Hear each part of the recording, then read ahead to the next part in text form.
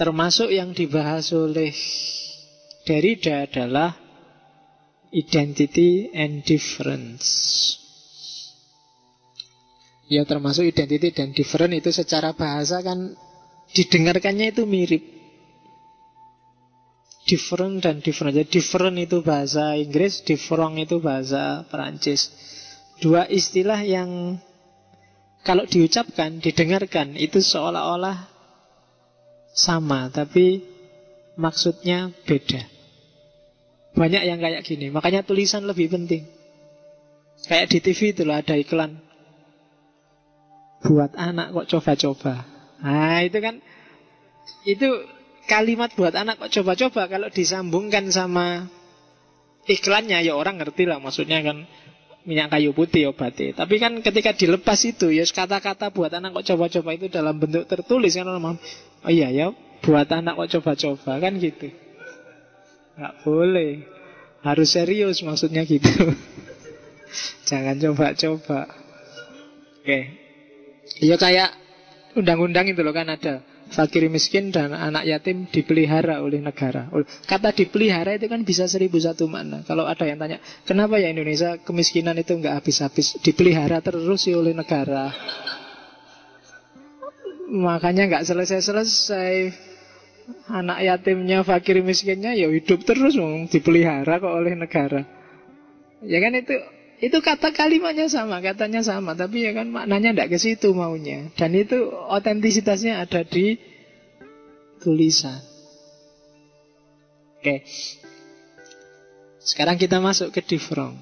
Makna yang macam-macam tadi penentunya adalah different. Kenapa sih kok tidak ada kebenaran tunggal? Kenapa sih teks itu kok maknanya equivoque? Macem-macem, ndak satu, karena ada different. Different kalau bahasa Perancis, kalau bahasa Inggrisnya difference. Different itu atau different itu punya dua unsur kata, yaitu differ dan differ. Kalau differ itu berarti membedakan, differ itu menangguhkan, menunda. Maksudnya apa ya? Makna itu pasti beda-beda dan jangan kesusu di judgment, tunda dulu. Karena makna sesuatu itu tidak tergantung pada pernyataan dan bendanya, tapi tergantung kita tarik kemana. Makna gak akan pernah berakhir. Yang disebut makna itu bukan kok dari teks ke realitas, tapi dari teks ke teks. Itu misalnya tak kasih contoh unta. Meskipun di banyak buku contohnya anjing, karena ini di masjid ya tak ganti unta lah. Iya. Karena kalau pakai anjing nggak enak nih masjid ngomong anjing. Padahal meskipun sudah bolak-balik ngomong, tapi kan cuma contoh, nggak serius. Nah, unta. Kalau kamu ngomong ada unta, apa sih unta itu? Kan orang tanya. Ya unta itu ya binatang yang kakinya 4, yang lehernya panjang, macam-macam. Tapi kalau dikejar terus definisi itu kan juga teks. Definisi lagi. Loh apa terus binatang itu apa? Ya binatang itu ya makhluk hidup yang bukan manusia, yang itu. Oh, setiap kata kalau dikejar definisinya nggak akan selesai. Jadi kalau kamu ngejar definisi, nyari hakikat esensinya apa, nggak akan ketemu. Dan itu kan yang dikejar oleh para filosof Barat klasik dan modern. Ngejar esensi, ngejar hakikat. Padahal nggak ada. Hakikat itu tinggal ditarik kemana dulu. Itu kan ada unta, terus kamu tanya apa itu unta. Yang lain nggak ngomong apa itu unta, tapi yang ditanyakan apa itu ada. Oh, itu didefinisikan. Ada adalah sesuatu yang eksis misalnya. Loh apa itu eksis? Ya kan? Itu belum. Iya kalau tanya eksis ya, kalau tanya sesuatu itu apa? Ayo pening kan? Dari teks ke teks ada itu yang disebut jaringan makna. Untung aku nggak tanya apa itu apa. Bingung nih kamu. Iya. Jadi pokoknya judek kan mikir. Ternyata ya hidup kita ini ada dalam jaringan teks. Teh ini yang ada di depanku ini, maknanya bagiku air minum. Kalau ditarik ke saya loh ya. Tapi kalau ditarik ke takmir, ini tugas. Ya kan? Ya, tugasnya bikin teh. Kalau bagi pedagang, mungkin ya ini dagangan, uang. Kalau bagi angkringan yang di depan, ini saingan. Harusnya beli ke sana malah bikin sendiri. Kalau kan tergantung nariknya kemana. Kalau bagi anak kecil, ini kayak mainan, ini lucu, ini ada pentilnya kecil, ada anunya kecil. Ya kan? Ya, saya ngomong pentil yo equivox itu, ndak ke situ terus yo, macam-macam lah pikiran.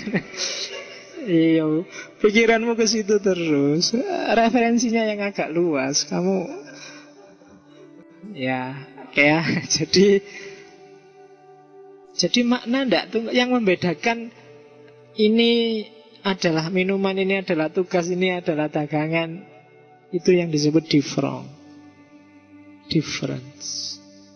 Itu yang jadi sumber bahwa makna itu ternyata tidak tunggal, tapi plural.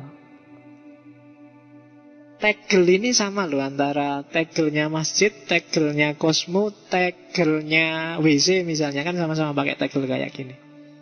Cuma kalau di WC kamu malah nyari-nyari sandal untuk masuk. Tapi di masjid kamu ngelepas sandal. Itu lahirnya dari mana? Dari makna yang kamu letakkan pada tegelnya masjid dan tegelnya WC. Yang ngasih makna ya kamu. Kenapa? Karena kamu tarik ini, kamu hubungkan ini sama ketuhanan, kamu hubungkan ini sama sakralitas agama, kamu tarik ke sana. Tapi polisi yang ngejar demonstran, dia tidak mikir ini sebagai tempat ibadah, tapi dia memaknainya sebagai tempat sembunyinya anak-anak yang baru demo.